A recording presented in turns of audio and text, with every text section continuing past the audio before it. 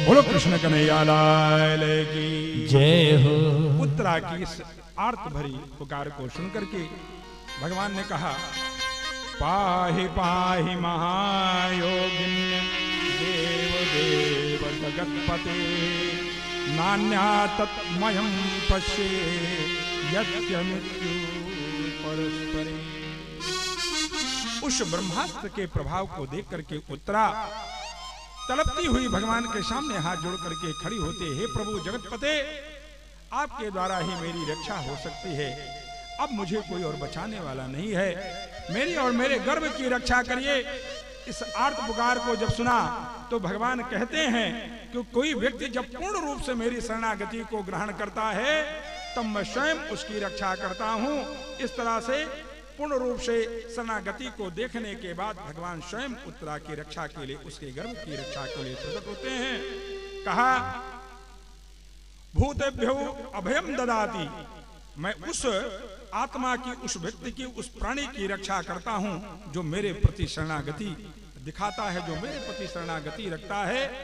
कृष्णाय वासुदेवाय देवकी नंदनाय चा नंद गोप कुमाराय गोविंदाय नमो नमः। नमः पंकजनाभाय नमः पंकजमालिने नमः पंकजनेत्राय नमस्ते पांगजात्रे। जैसी इस तरह से स्तुति करती है वह उत्तरा, भगवान स्वयं प्रकट होते हैं और प्रकट होकर के और गर्भ में प्रवेश करके चक्र सुदर्शन के द्वारा उत्तरा के गर्भ की रक्षा करते हैं। उसके गर्भ की रक्षा किया, ब्रह्मास्त्र के प्रभाव को शून्य किया उस जगतपति जगदाधार जगत अखिलेश्वर ने। और इस तरह से उत्तरा के गर्भ की रक्षा करते हुए और उत्तरा के प्राणों की रक्षा करते हुए भगवान ने यह सिद्ध किया कि जब जीव मेरी शरणागति को ग्रहण करता है तो मैं अवश्य में हर परिस्थितियों में उसके प्राण की, उसके सम्मान की रक्षा करते हुए उसको अपनी शरणागति प्रदान करता हूं। देखिए, यहां पर विचार करने योग्य बात है। विद्वत समाज है, पढ़े लिखे लोग बैठे हैं, भागवत का ग्रंथ है, यहां पर इस बात की मीमांसा होना चाहिए आवश्यक रूप से। बहुत सारे विद्वान कहते हैं कि भगवान गर्भ में नहीं आते हैं, विद्वान कहते हैं भगवान गर्भ में नहीं आते, बिल्कुल सत्य है, इसमें दो राय नहीं है।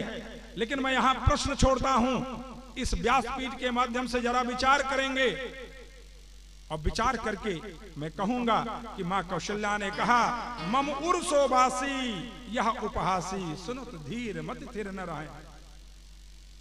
और स्वयं मां कौशल्या के साथ साथ देवकी ने भी कहा, विभर्द सोयम मम गर्भभूत। और इतने नहीं, हो सकता है ये बात, इस बातों पर तर्क हो सकता है, इन पर विचार रखे जा सकते हैं कि कौशल्या के गर्भ में आए कि नहीं, देवकी के गर्भ में आए कि नहीं। लेकिन मैं विद्वत समाज से आग्रह करूंगा, इस मंच से एक संदेशा दे रहा हूं, यहां पर उत्तरा के विषय में आपका क्या ख्याल है, क्या विचार है आपका कि उत्तरा के गर्भ में भगवान गए कि नहीं गए? किस तरह से उत्तरा के गर्भ में प्रवेश करके उत्तरा और उसके गर्भ की रक्षा, आज जीवन की वो सबसे सौभाग्यशालिनी स्त्री है, वो उत्तरा आज सबसे सौभाग्यशालिनी स्त्री सिद्ध होती है धर्म ग्रंथों में, जिसके गर्भ में कौशल्या के तो भगवान आए, देवकी के तो भगवान आए, लेकिन अगर आज देखा जाए तो उत्तरा के गर्भ में भगवान और भक्त दोनों एक साथ आए, क्योंकि